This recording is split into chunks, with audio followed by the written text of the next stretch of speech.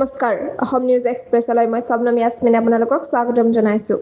আজি আপোনালোকৰ বাবে লৈ আহিছে সুখবৰ। অংগনবাড়ী কৰ্মী আৰু সহায়িকাৰ বাবে সুখবৰ। দৰমহা বৃদ্ধিৰ ঘোষণা মুখ্যমন্ত্ৰী হিমন্ত বিশ্ব শৰ্মাৰ। অসমৰ মুখ্যমন্ত্ৰী হিমন্ত বিশ্ব শৰ্মাই আজি এক ডাঙৰ ঘোষণা কৰি অংগনবাড়ী কৰ্মী আৰু সহায়িকাৰ বাবে সুখবৰ আগবঢ়াইছে। ৰাজ্য চৰকাৰে সিদ্ধান্ত গ্ৰহণ কৰিছে যে অহা 1 অক্টোবৰ 2025 পৰা অংগনবাড়ী কৰ্মী আৰু সহায়িকাৰ দৰমহা বৃদ্ধি কৰা হ'ব। লগতে তেওঁলোকে এককালীন সাহায্যও লাভ কৰিব। এই সিদ্ধান্তৰ জৰিয়তে ৰাজ্যৰ হাজাৰ হাজাৰ অংগনবাড়ী কৰ্মী আৰু সহায়িকা লাভান্বিত হ'ব বুলি আশা প্ৰকাশ কৰিছে চৰকাৰে।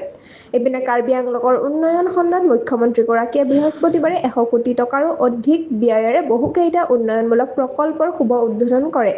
এই প্ৰকল্পসমূহে অঞ্চলটোৰ বিকাশ আৰু বাসিন্দাসকলৰ জীৱনমান উন্নয়নত গুৰুত্বপূৰ্ণ ভূমিকা পালন কৰিব বুলি মুখ্যমন্ত্ৰীগৰাকীয়ে উল্লেখ কৰে। এনেধৰণৰ খবৰ পাবলৈ অসম নিউজ এক্সপ্ৰেছ চেনেলটো ছাবস্ক্ৰাইব কৰক, লাইক কমেণ্ট শ্বেয়াৰ কৰিবলৈ নাপাহৰিব। লগতে কাষতে থকা বেল আইকনটো দবাবলৈ নাপাহৰিব। ধন্যবাদ।